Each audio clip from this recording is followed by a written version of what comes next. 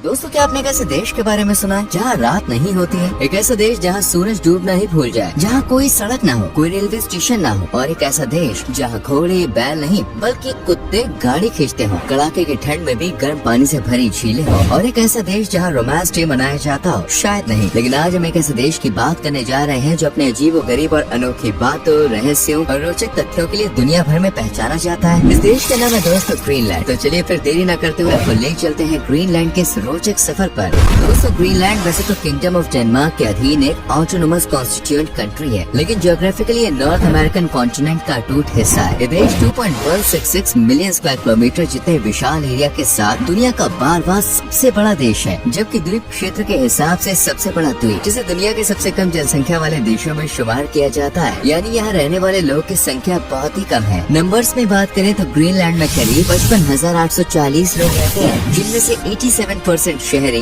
जबकि 13% ग्रामीण इलाकों में रहना पसंद करते हैं। देश की आबादी ग्रीनलैंडिक और एस्किमो एलियोट जैसी भाषाएं बोलती है। हालांकि देश की ऑफिशियल लैंग्वेज ग्रीनलैंडिक है, जिसे 85% के लगभग लोग बोल और समझ सकते हैं। लेकिन घूमने वालों के लिए राहत पहुंचाने के लिए यहाँ के लोगों ने अंग्रेजी से भी दोस्ती बढ़ा दी है, इसलिए आप यहाँ पे आसानी से घूम सकते हैं। वैसे तो ग्रीनलैंड में कई वर्ल्ड हेरिटेज साइट्स के अलावा beach, cafe, restaurant, night park, club और दूसरी कई चीजें हैं। लेकिन यहाँ पर घूमना काफी मुश्किल है, क्योंकि ग्रीनलैंड होने के बाद भी यहाँ पर हरी भरी वादियों से ज्यादा बर्फ की मोटी मोटी चादर नजर आती है। देश के टोटल लैंड एरिया का 80 से 90% हिस्सा बर्फ से ढका हुआ है, इसलिए यहाँ पर दूर दूर तक सफेद बर्फ ही बर्फ दिखाई देती है। यहाँ पर कई बार बर्फ की मोटाई 3 किलोमीटर तक पहुँच जाती है, और इस लिहाज से इसे दुनिया का दूसरा सबसे मोटी बर्फ वाला देश भी माना जाता है। इतनी सफेदी होने के चलते ये दुनिया के सबसे ठंडे देशों में भी शुमार होता है, जहाँ गर्मियों में भी तापमान 10 से 15 डिग्री सेल्सियस रहता है, जबकि सर्दियों में टेम्परेचर -20 से -30 डिग्री सेल्सियस तक पहुँच जाता है। मतलब हाड़ कपा देने वाली सर्दियाँ। इसलिए अक्सर लोग सलाह देते हैं कि सर्दियों में ग्रीनलैंड बिल्कुल न जाएं, वरना सर्दी जमा देगी। लेकिन गर्मियों में यहाँ राहत न होने की समस्या फेस करनी पड़ सकती है। जी हाँ, अगर आप यहाँ मई के आखिर से जुलाई के लास्ट तक पहुँचते हैं तो सोना कब है समझ ही नहीं पाएंगे, क्योंकि इन महीनों में अक्सर ग्रीनलैंड से सूरज दादा विदा लेना भूल जाते हैं और लगातार 24 घंटों तक अपनी जगह पर ही दिखाई देते हैं। इसलिए इसे मध्य रात्रि सूर्य की भूमि या सूरज न डूबने वाला देश भी कहा जाता है। इस तरह ग्रीनलैंड दुनिया का वो देश है जहाँ पर 2 महीने तक सूरज नहीं डूबता है। यहाँ 25 मई से 25 जुलाई तक अगर आप रात के 12 बजे भी नजर डालेंगे तो आपको सूरज चमकता हुआ ही नजर आएगा। वहीं 21 जून जिसे दुनिया का सबसे लंबा दिन माना जाता है, इस दिन यहाँ नेशनल हॉलिडे रहता है। आपने अक्सर एक प्रेमी को अपनी प्रेमिका को कहते हुए सुना होगा कि मैं तुम्हारे पैर कभी जमीन पर नहीं पड़ने दूंगा। बिल्कुल वो ऐसा करें ये कंफर्म नहीं है, लेकिन ग्रीनलैंड में ऐसा ही होता है। आपको सुन के हैरानी होगी, लेकिन इस देश में लोग सड़कों पर पैर नहीं रखते हैं, और रखे भी कैसे जब सड़क है ही नहीं। जी हाँ, ग्रीनलैंड में ना तो कोई रोड या सड़क है,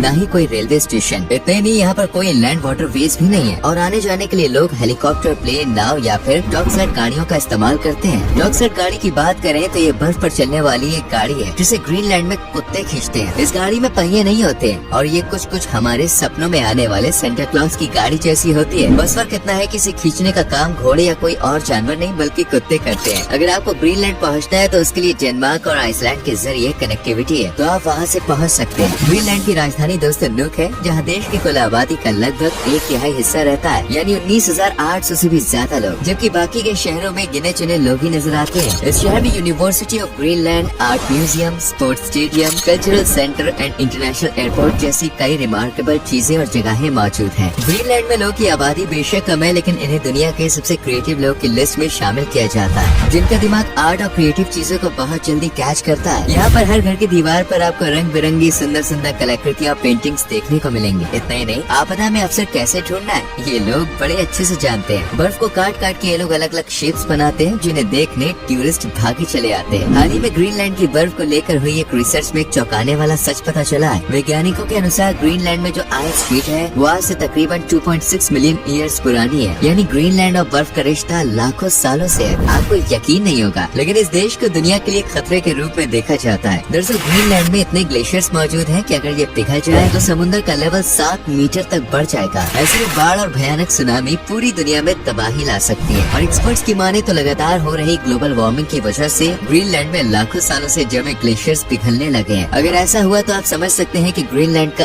अंत तो होगा ही, साथ ही दुनिया में भी सुनामी या कहीं जल प्रलय आ जाएगी। इसलिए ग्रीनलैंड को दुनिया के लिए खतरे की घंटी के रूप में देखा जाता है। ग्रीनलैंड जाने के बाद वैसे तो कई बातों का ध्यान रखना जरूरी है, लेकिन सबसे जरूरी है पोलर बियर से सेफ्टी और दूरी। गलती से भी पोलर बियर को नुकसान पहुंचाने की गलती ना करें, वरना यहाँ के लोग और खुद पोलर बियर आपको नुकसान पहुंचाने की गलती कर बैठेंगे, क्योंकि ये बहुत ही खतरनाक होते हैं। लेकिन अच्छी बात यह है कि जल्दी और बिना किसी कारण ये इंसानों पर हमला नहीं करते। आप इन्हें दूर से ही देख सकते हैं, क्योंकि ग्रीनलैंड इनका घर है। ऐसा इसलिए भी क्योंकि पोलर बियर वहीं रहना पसंद करते हैं जहाँ भयानक सर्दी पड़ती है, इसलिए इनकी सबसे ज्यादा संख्या ग्रीनलैंड में ही बसती है। नहीं, ग्रीनलैंड पोलर बियर्स को अपना नेशनल एनिमल भी घोषित कर चुका है। पोलर बियर के अलावा यहाँ पे आपको arctic fox, wolf, deer, white hare और साथ ही मस्क ऑक्स भी घूमते हुए दिख जाएंगे। ये देश सैल्मन, फ्लाउंडर और हेलीबर्ट जैसी समुद्री मछलियों को अपना खाना बनाने वाली समुद्री ईगल का भी एकमात्र ठिकाना है। हालांकि ये ईगल दुनिया के दूसरे कई समुद्री इलाकों में भी मिलती है, लेकिन ग्रीनलैंड इनका पसंदीदा घर है, क्योंकि ये देश फ्लोरा एंड फौना के मामले में प्रकृति की पहली पसंद है, जहाँ जानवरों की सैकड़ों, समुद्री जीव जंतुओं की हजारों और पक्षियों की 230 के लगभग प्रजातियाँ पाई जाती है। इसके अलावा साल भर 400 के लगभग फूलों की प्रजातियों की महक ग्रीनलैंड को तरोताजा रखती है। इस देश में एकमात्र नेशनल पार्क है north east Greenland national park, जो दुनिया का सबसे बड़ा नेशनल पार्क है। करीब 3,75,300 वर्ग मील जितने एरिया में फैला ये पार्क द्वीप के ज्यादातर उत्तर पूर्वी भाग को कवर करता है। पार्क में पेड़ भी है, छोटे छोटे पौधों के साथ रंग बिरंगे फूल भी। शायद इन्हीं की महक है जो ग्रीनलैंड के लोग को रोमांटिक मिजाज का बनाती है। हालांकि ये है कि गर्मियों में जब धूप निकलती है तो लोग घर के बाहर गार्डन में ही रोमांस करना शुरू कर देते हैं। ग्रीनलैंड में त्योहार भी है जिसे रोमांस डे के नाम से जाना जाता है, और इस दिन सभी पति पत्नी पूरा समय एक दूसरे के साथ गुजारते हैं, एक दूसरे से ढेर सारे वादे भी करते हैं और जन्म जन्मांतर साथ रहने का वादा जरूर करते हैं। इस देश में कमाई का मुख्य जरिया है fishing industry, tourism, mining and agriculture. हालांकि मछली पालन यहाँ लोगों को सबसे ज्यादा सपोर्ट करता है, क्योंकि यहाँ 225 से भी ज्यादा तरह की मछलियाँ पाई जाती है, जिनमें व्हेल भी शामिल है। ये देश दुनिया में सबसे ज्यादा तरह की मछलियों के लिए जाना जाता है, जिनमें से कई तो ऐसी भी है जो पानी के साथ साथ बर्फ पर भी तैरती है। मछलियाँ पकड़ना यहाँ लोग का फेवरेट काम है, और मछलियों को दूसरे देशों में एक्सपोर्ट करके ग्रीनलैंड भी साल की अच्छी खासी रकम उठाता है। हालांकि खेती बाड़ी में यहाँ सब्जियाँ और फ्रूट उगाए जाते हैं, लेकिन इतने नहीं कि ज्यादा मात्रा में उन्हें एक्सपोर्ट किया जा सके।